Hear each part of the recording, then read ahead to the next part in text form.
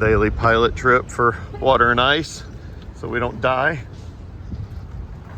We're in the bowels of hell. Everything's fine. Everything's fine. We're just trying to hang on to the tents. Hurricane St. Louis.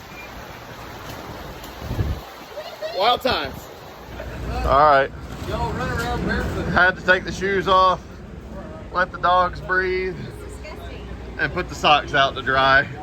But got all our comp cams and Kenda gear and Wild Willie stuff, and got to get our Yellowspeed coilover back out. But got all our stuff back out, and it has returned to the normal deal with St. Louis of being hotter than 10 hells out here. So come join us.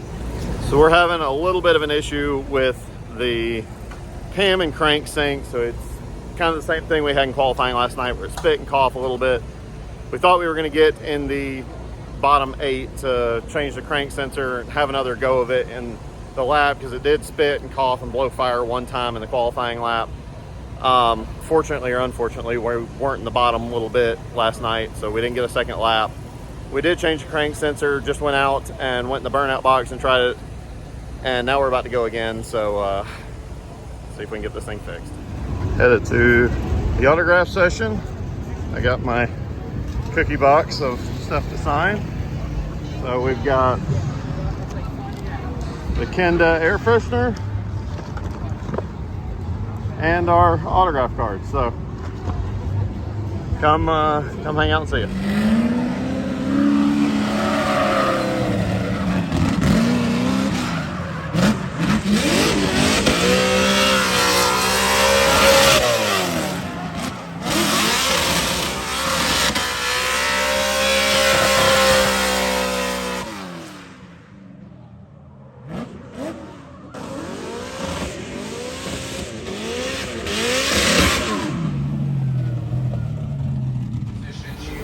All right, we just did a quick little burner down to the burnout box and back, checking to see, make sure we don't have any cam or crank sync issues.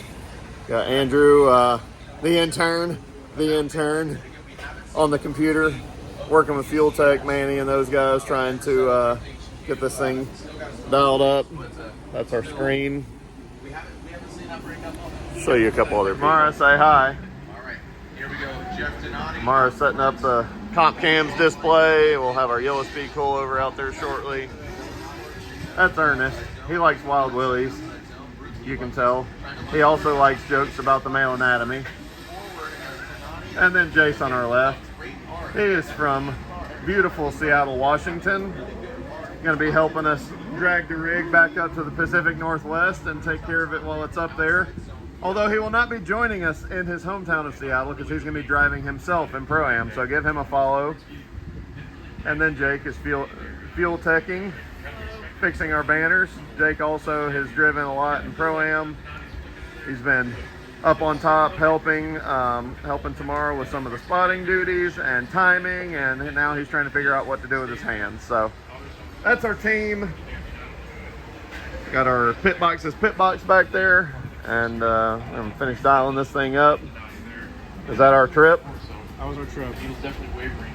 It looks happy. It looks happy. It looks happy. We like it. All right, let's go.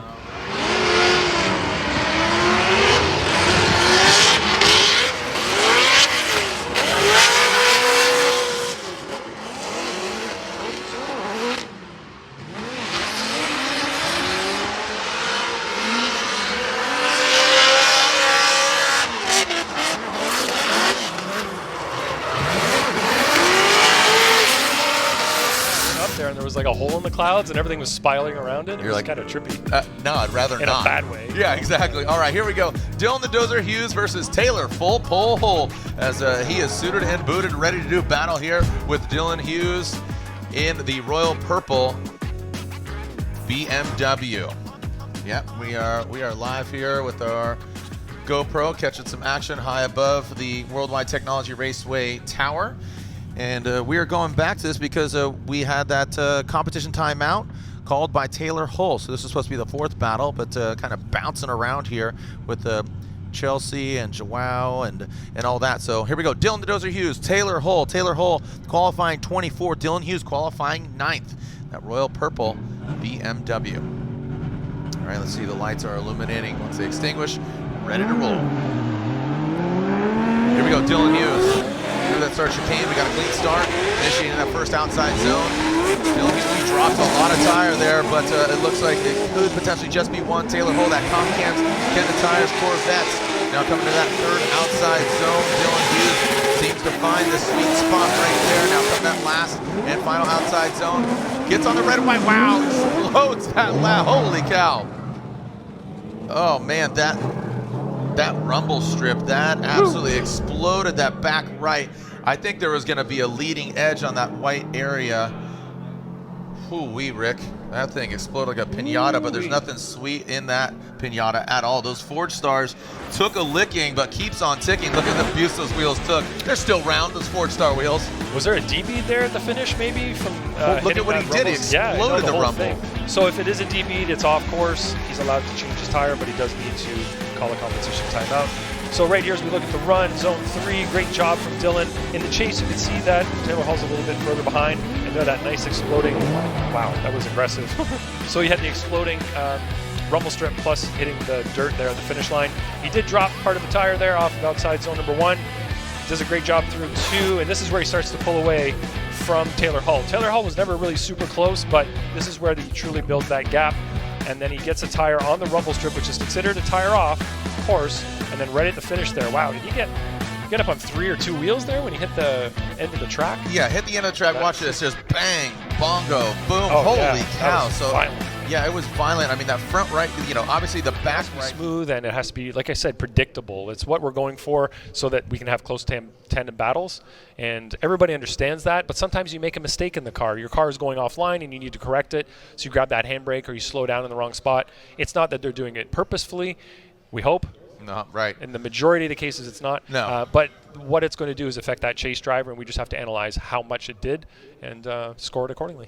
Here we are with the second run of this battle. Taylor Hull will now lead. Dylan Hughes will give chase. We saw Dylan Hughes go violently into that rumble strip into outer zone 4. And it looks like we are going to get a restart. So a good opportunity again where Taylor Hull will lead. That Comp Cams, Kenda Tires, Wild Willies, Corvette. So he did call that competition timeout earlier, the NGK competition timeout. So didn't get the final verdict on the repercussions of Dylan Hughes. I believe he had to call his competition timeout. He did go off course, but I don't know if there was kind of some gray area there because, just reviewing the tail of the tape. Yeah. So right here we had a restart due to a cone being hit. I wasn't sure because you couldn't see the cone, knock it over. But jostled. If it gets knocked out of the box that it's in on the ground, that's considered a cone hit. So the restart was full. Okay, thank you very much for clarification. Taylor Hull leading. See if Dylan Hull, Dylan Hughes. Oh boy. Wow, he dropped the tire very aggressively off the track there, and it seriously affected. I think it debeaded that tire, and it sent the car kind of jumping off the off side of the track there. So that is the big result of dropping a tire now in that zone. Outside zone 1 has been worn out from tires being dropped in that area over and over again. And it looks like Taylor Hull was the victim of getting that tire down in the dirt, and it just hooked up, debeaded the tire, and kind of threw the car up in the air. Watch this. The wheel just digs in and just straightens it out. That could have been a lot worse, unfortunately, for Dylan Hughes, but Taylor Hull looked like it was an independent incident. You see him just initiate. That back right goes off, digs in, straightens him out, and he, again, goes continually off course. So unfortunate for Taylor Hull. Dylan Hughes. You did it again. I know. Well, Taylor Hughes and H-U. I know. Again, I'm a visual person. I could see the H and the U, and I continue doing that. All right, so inputting him here. Slide him left for Hughes, right for Taylor Hull. And Dylan Hughes gets the win. Dylan Hughes unanimously gets the win. So elaborate here. He did have to use his comp timeout, correct? I'm not sure what happened with that. Okay. We just told him to get to the line. I think they were going to figure that out later. But he did get a tire back on the car, got out there to drive. And unfortunately now you can see the negative result of dropping a tire in outside zone 1. So I think that drivers are going to be much more serious about keeping their tires on the surface of the track. Hey everybody, I am obviously back in my shop here in Georgia. Didn't get a chance to do the outro with the track. It started pouring down rain and while we were loading up and just kind of got caught up and forgot. So just to do a debrief on the weekend and kind of what happened with our battle with Dylan Hughes. Obviously we lost, not how we wanted that to go down, but you'll notice in the videos most of the front end of the car is off. In my very last round of practice, I spun in outer zone 4. Dean Kearney was right behind me and we made contact. It knocked the front bumper off. I had to take the hood off. There was no real way to attach that anymore. And the most important thing is it killed the steering rack because we hit tire to door. And I didn't realize it at the time, but it busted the steering rack. So the team and I came together. That's why we had to take a 5-minute call. We pulled the rack out, replaced the rack, and got it back going with somewhere around 20 seconds left. It was really, really close. We almost didn't get to compete. So there's no excuses in drifting, but I need to do a better job in mental preparation and making sure I have everything, going the right way in practice and not make those mistakes, because it really took my focus away from driving and much more towards the car. And I told Tamara I could hear my heartbeat in my earbud there right before the battle. So not a good mental space to be. I wasn't focused like I needed to be. So anyway, on my chase, I start out, Dylan initiates, I'm trying to be close, and right in outer zone 1, right at the very beginning, Dylan drops the right rear tire off and it lifts the left front up, and he decelled too, so it really kind of threw my timing off for the rest of the run. It's just kind of hard to explain. The mistakes look one way from the outside point of view, and they look very differently inside the car. Like inside the car, you can see, or I can see, like when he dips a tire, the left front raises all up. I think he's going way off track. He's slowing down to try and not go off track. And I'm looking at it from inside the car like, oh wow, this is a huge mistake. This might be a 0. I'm not sure. I'm kind of being tentative with the throttle, not getting in there. Everything kind of slows down and you're trying to react to what the lead car is doing. Just to use a recent example, anybody that's seen the stuff with Chelsea and Dan from the last round, when Chelsea's talking about following Dan and him dipping tires and the bumper falling off and everything else, from the outside perspective, it doesn't look all that bad. It looks, like a quick tire drop and back on. But from inside the car, especially when you're chasing, it looks like the world is coming to an end when the lead car is out front making a mistake. We'll get to mine here shortly because mine was much, much worse. But anyway, it really threw my timing off for the rest of the run, and I did not have a good chase behind Dylan after outer zone 1. So I'm coming back around. I'm feeling like I have probably an advantage with given his mistake through outer zone 1 and how that affected me.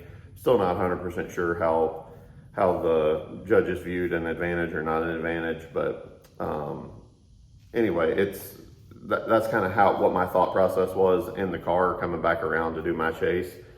He DB'd it at the end of the track, so he was afforded the opportunity to take his 5 minutes to change his tires. We chose to change our tires since he was allowed to change his. So we came in, changed the tires, cooled the car off, and went back out for the second half of our battle. And plain and simple, I just got in the corner too hot. I thought that I was in there tentative enough based off of practice, but obviously was wrong. And I dipped the right rear tire off twice as bad as he did. And when it did, it pulled the left front way up and jerked the car off track. The right rear just bit and pulled the front end around and went off track. So obviously a clear incomplete.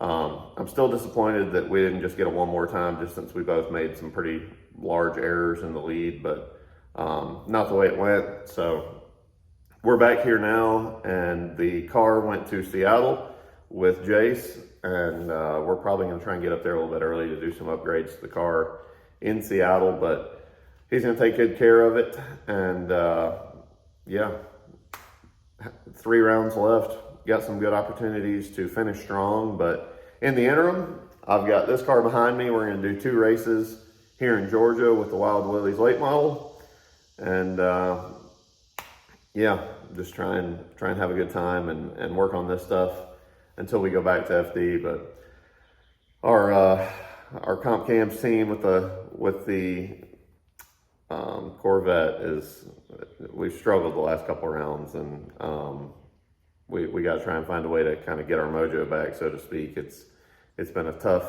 3 rounds after we started so strong, but